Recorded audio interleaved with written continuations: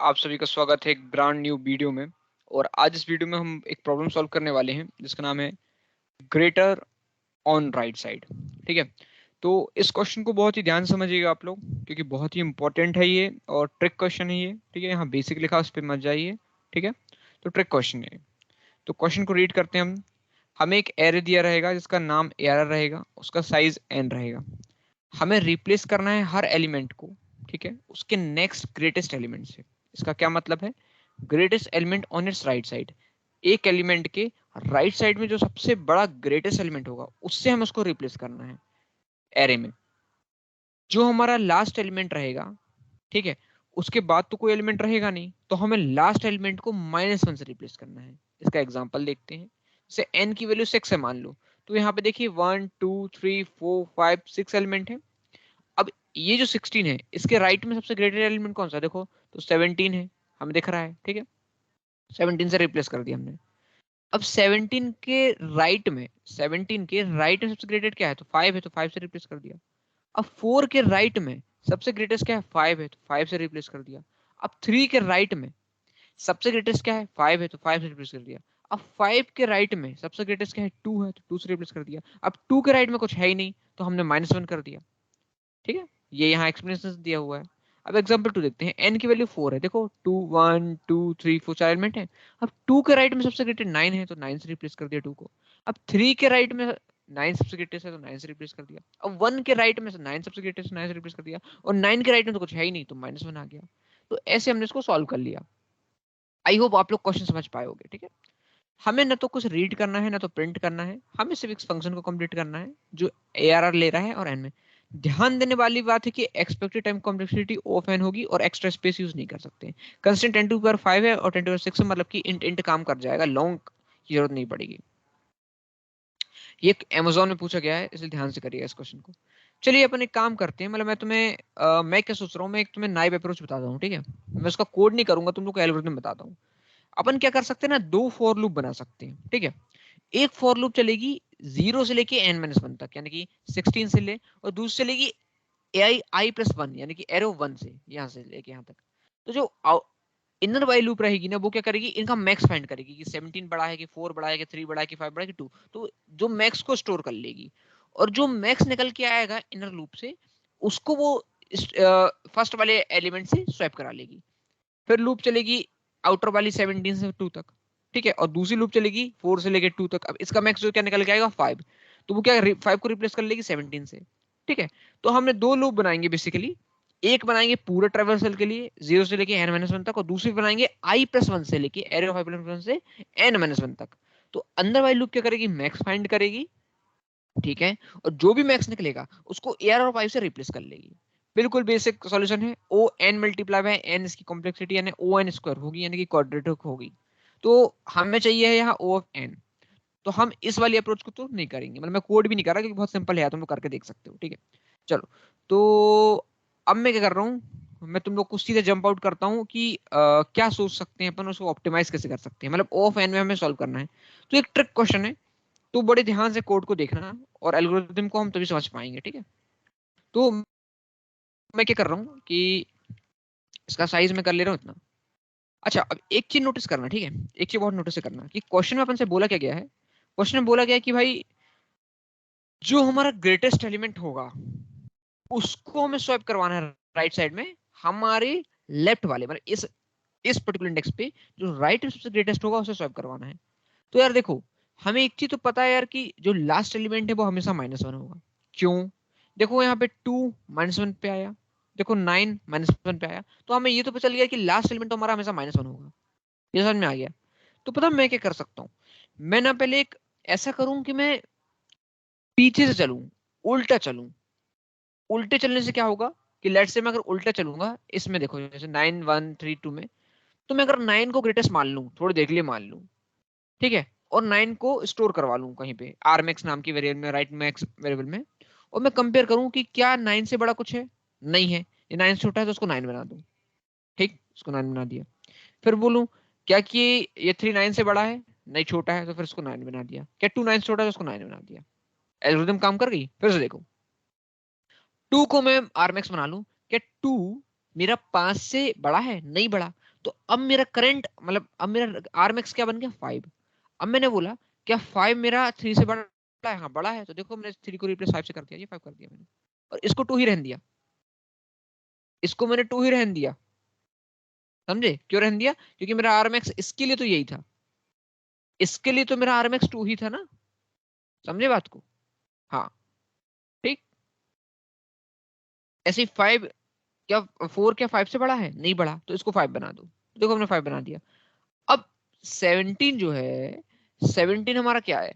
17 क्या 5 से, 5 से छोटा है क्या? नहीं बड़ा है। तो हमने क्या किया, हमारा करंट आरएमएक्स क्या बन गया 17, और चूंकि ये लास्ट एलिमेंट था तो हमारा यहाँ पे आ गया 5 यहाँ आ गया। अब हमने बोला कि हमारा करंट आरएमएक्स क्या बन गया 17 बन गया। तो हमने पूछा क्या यार 16 जो है वो 17 से बड़ा है? उन्होंने कहा नहीं बड़ा है, तो भैया यही हमारा 17 हो गया। तो इस कोड को जब हम करेंगे ना तब तुम्हें क्लैरिटी दिखेगी। तो देखो मैं क्या करता हूँ, सबसे पहले एक इंट राइट मैक्स वेरिएबल बना लेता हूँ आर मैक्स। उस पे तुम लोग क्वेश्चन को देख के बताओ कि मैं क्या स्टोर करना चाहिए। देखो मेरा मानना है अगर मैं राइट से स्टार्ट कर रहा हूँ तो राइट मोस्ट एलिमेंट अभी आरमैक्स मानना चाहिए, राइट मोस्ट। तो राइट मोस्ट मतलब कि n-1, देखो 0 से स्टार्ट हो रहा है तो n-1 होगा। तो मैं बता क्या करूंगा, ये n-1 एलिमेंट जो रहेगा एरे का, तो एआर का जो राइट मोस्ट एलिमेंट है वो n-1 रहेगा। ये मैंने कर लिया। अब मैं पता क्या कर रहा हूँ, मैं लास्ट एलिमेंट को ही जब जब मैंने इसकी वैल्यू कॉपी करके आरमैक्स में डाल दी, तो अब मुझे चेंज भी करना है। मुझे इतना पड़ा है कि मेरा एआर ये हमेशा -1 से अपडेट होना चाहिए, ये तो उसमें मुझे कोई डाउट ही नहीं है, क्योंकि भाई ये हमारा कॉर्नर केस है और हमारा राइट मोस्ट एलिमेंट हमेशा n-1 होगा, तो वो -1 तो बनेगा ही बनेगा, क्योंकि उसके बाद कोई एलिमेंट होगा ही नहीं। अब एक चीज ध्यान दो, मैं चलाता हूँ एक फॉर लूप, फॉर की लूप चलाता हूँ कहां से, इंट को i इज इक्वल टू 0 से नहीं चला सकता, मैं चलाऊंगा n-1 से चलाऊं। लेकिन n-1 से तो हम डाल चुके हैं ना -1 भाई, तो हम क्यों दोबारा उस पर जाएंगे, तो हम n-2 से चलाएंगे। तो हमने n-2 से एक लूप चलाई।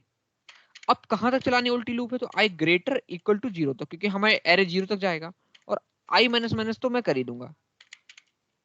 ठीक है।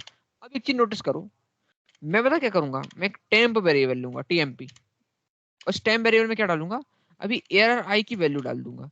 क्यों डाल रहा हूं भाई मैं, देखो मैं जो टेम्प वेरिएबल दे रहा हूं ना, मुझे इस n-2 की वैल्यू चाहिए है। मुझे क्यों चाहिए है देखो मैं बताता हूँ, मुझे कंपैरिजन करवाना है।